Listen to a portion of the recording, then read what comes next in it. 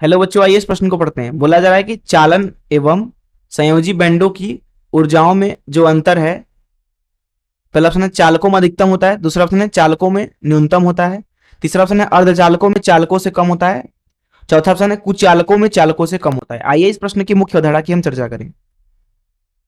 मुख्य अवधारणा, देखिए दुनिया में कभी भी एक केवल एकल परमाणु तो होगा नहीं कहीं पे। अगर आप कोई भी पदार्थ लेते हैं तो उसमें खरबों परमाणु होते हैं। तो इसकी वजह से उसमें केवल एक ऊर्जा स्तर नहीं होती बल्कि कई सारे ऊर्जा स्तरें होती हैं। जिन ऊर्जा स्तरों में इलेक्ट्रॉन होता है वही निर्धारित करता है कि दिए गए पदार्थ के अंदर इलेक्ट्रॉन मुक्त होगा कि नहीं, अथवा दिया गया पदार्थ जो है वो विद्युत का चालन कर सकता है कि नहीं।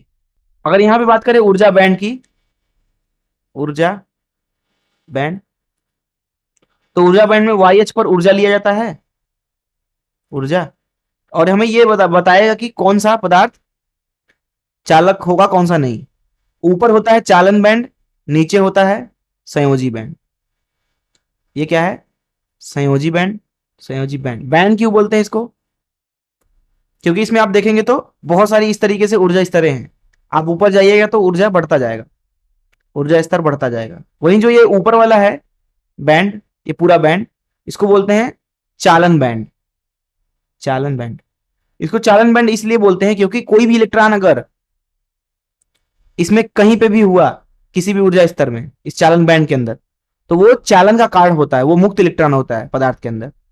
अगर कोई भी इलेक्ट्रॉन चालन बैंड में नहीं है तो इसका मतलब है कि पदार्थ के अंदर कोई भी इलेक्ट्रॉन मुक्त नहीं है। वहीं बात करें अगर हम संयोजी बैंड की, तो इसको संयोजी बैंड इसलिए बोलते हैं क्योंकि इसमें जो इलेक्ट्रॉन होते हैं वो संयोजी बंध से जुड़े होते हैं, वो मुक्त नहीं होते हैं। संयोजी बैंड के अंदर जो इलेक्ट्रॉन होंगे वो चालकता का कारण नहीं होंगे। अब देखिए हम यहां पे बनाते हैं चालक, अर्धचालक, अर्धचालक तथा अचालक के लिए ऊर्जा बैंड ग्राफ। देखिए जो चालक होता है उसमें संयोजी बैंड और चालन बैंड, इनमें कोई अंतर ही नहीं होता, क्योंकि जो चालक है वो लगभग लगभग हर एक तापमान पर क्या है, विद्युत का संचरण कर सकता है। तो इस तरीके, और उसको कोई ऊर्जा भी नहीं चाहिए चालन के लिए, उसमें तो इलेक्ट्रॉन का समुद्र होता है पूरा।